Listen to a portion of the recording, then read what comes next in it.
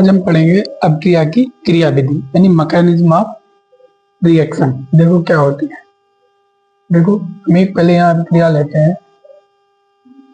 एक अभिक्रिया लिए हमने H2 plus I2 equal to में 2HI।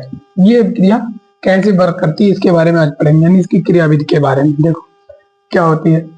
इसे हम इसे लिखते हैं H2 plus I2 equal to में क्या होता है, पहले इंटरमीडिएट बनता है इसका मध्यवर्ती।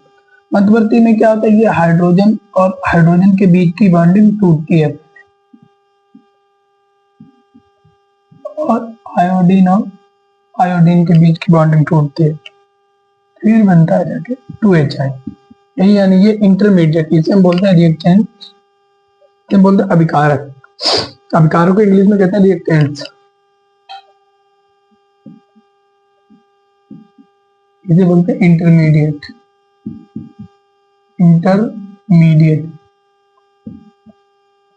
इसे बोलते हैं प्रोडक्ट। इसे बोलते हैं प्रोडक्ट। यानी ये हो गया मेरा अभिकारक और ये हो गया मेरा मध्यवर्ती पद। मध्यवर्ती पद और ये हो गया मेरा उत्पाद। देखो मध्यवर्ती पद में होता क्या है इसके बारे में लिखें। पहले क्या होता है, ये H2 प्लस I2 था।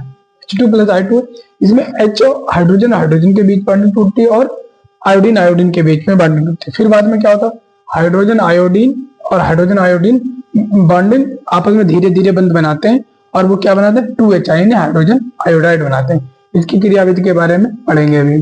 देखो क्या होता है इस मध्यवर्ती पद में, क्या होता है इसके बारे में, इंटरमीडिएट के बारे में जानते हैं। सबसे पहले क्या होता है, H तथा H बा I तथा I के मध्य बंध, I तथा I के मध्य बंध धीरे धीरे टूटते हैं, धीरे धीरे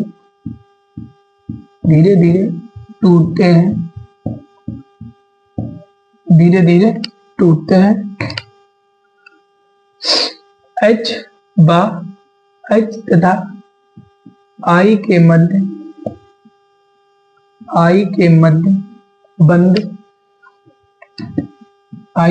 बंध धीरे धीरे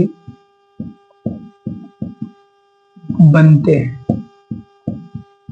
I के मध्य बंध धीरे धीरे बनते हैं। ये अवस्था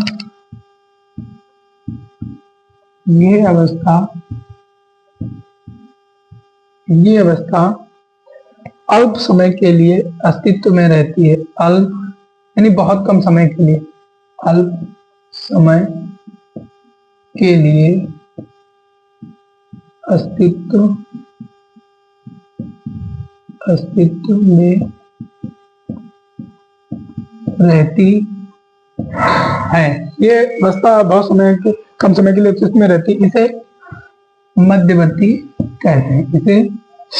इसे मध्यवर्ती कहते हैं।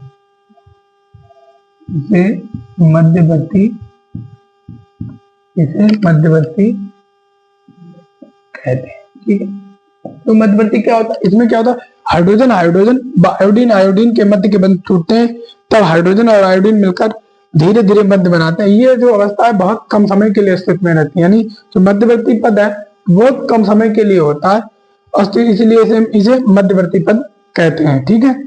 इसके बीच में देखो प्रोसेस होता क्या है, जैसे ये अभिकारक था मेरा, ये था मेरा अभिकारक, ये अभिकारक है। अभिकारक से क्या होता है, अभिकारक से मेरा बनता है ये मध्यवर्ती पद। इसमें क्या होता है, ये मध्यवर्ती बना, ये क्या बना पहले मध्यवर्ती। अगर मध्यवर्ती ही किसी अभिक्रिया में मध्यवर्ती पद नहीं बनता है तो अभिक्रिया ही पूर्ण नहीं होती है। ये बना, इसे हम कहते हैं संकीर्ण ऊर्जा। ये जो मेरी होती है संकीर्ण ऊर्जा, यानी मध्यवर्ती यानी इनके बंधों के बीच के बंधों को तोड़ने के लिए एक ऊर्जा की आवश्यकता होती है, जिसे हम संकीर्ण ऊर्जा कहते हैं। इंग्लिश में इसे हम बोलते हैं एक्टिवेशन एनर्जी।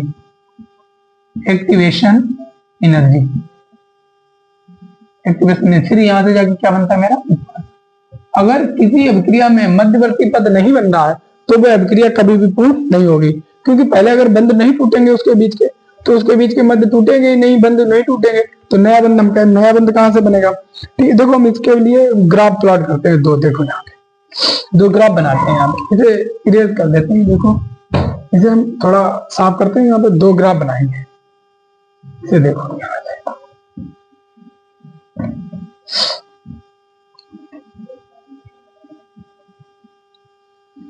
तो हम ग्राफ बनाते हैं दो यहाँ पर।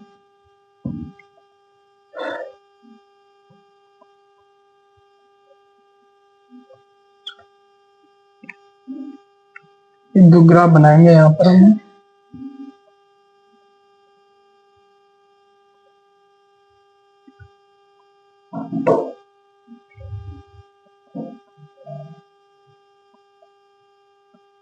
यहाँ पर हम दो ग्राफ बनाएंगे। देखो यहाँ पे मेरी ऊर्जा हो गई, तो ये मेरा इधर है, बाई एक्सिस पे ऊर्जा रहेगी और एक्स एक्सिस पे रहेगा मेरा अभिक्रिया निर्देशांक।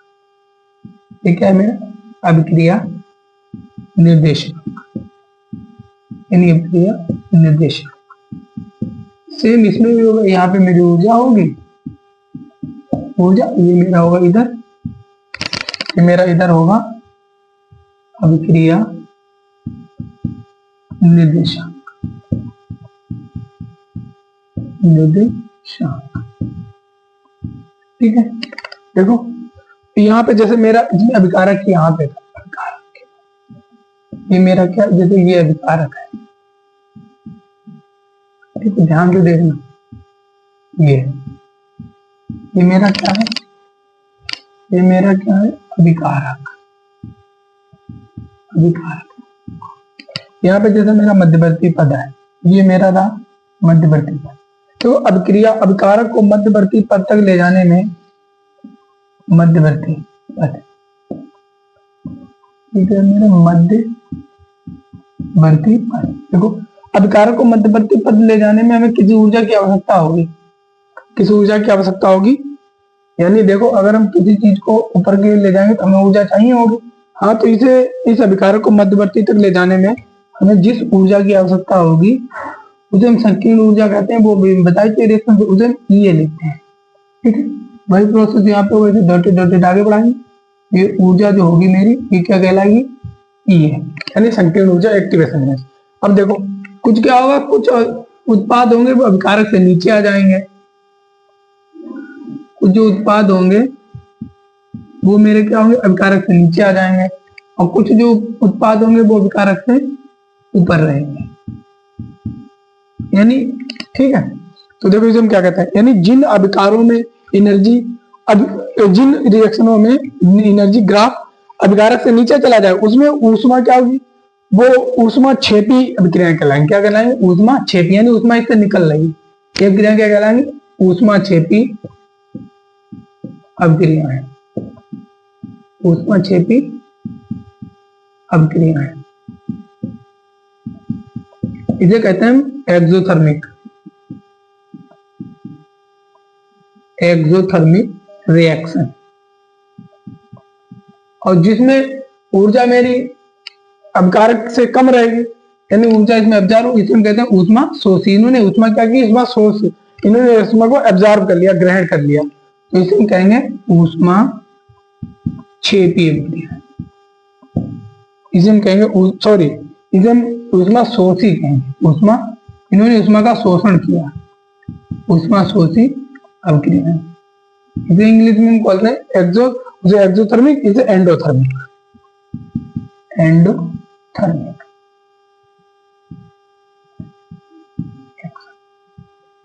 देखो अभिक्रिया को देख के, अभिकारक को देख के हम बता सकते हैं ये अभिक्रिया ऊष्मा क्षेपी है या ऊष्मा शोषी है। ठीक है, तो ये मेरा आज का टॉपिक था, मैकेनिज्म ऑफ रिएक्शन, यानी अभिक्रिया की क्रियाविधि। ये क्या होती है हमने आपको बताई। इसका कल थोड़ा सा टॉपिक रह गया, इसका जो फार्मूला है वो कल हम वेरीफाई कराएंगे। ठीक है।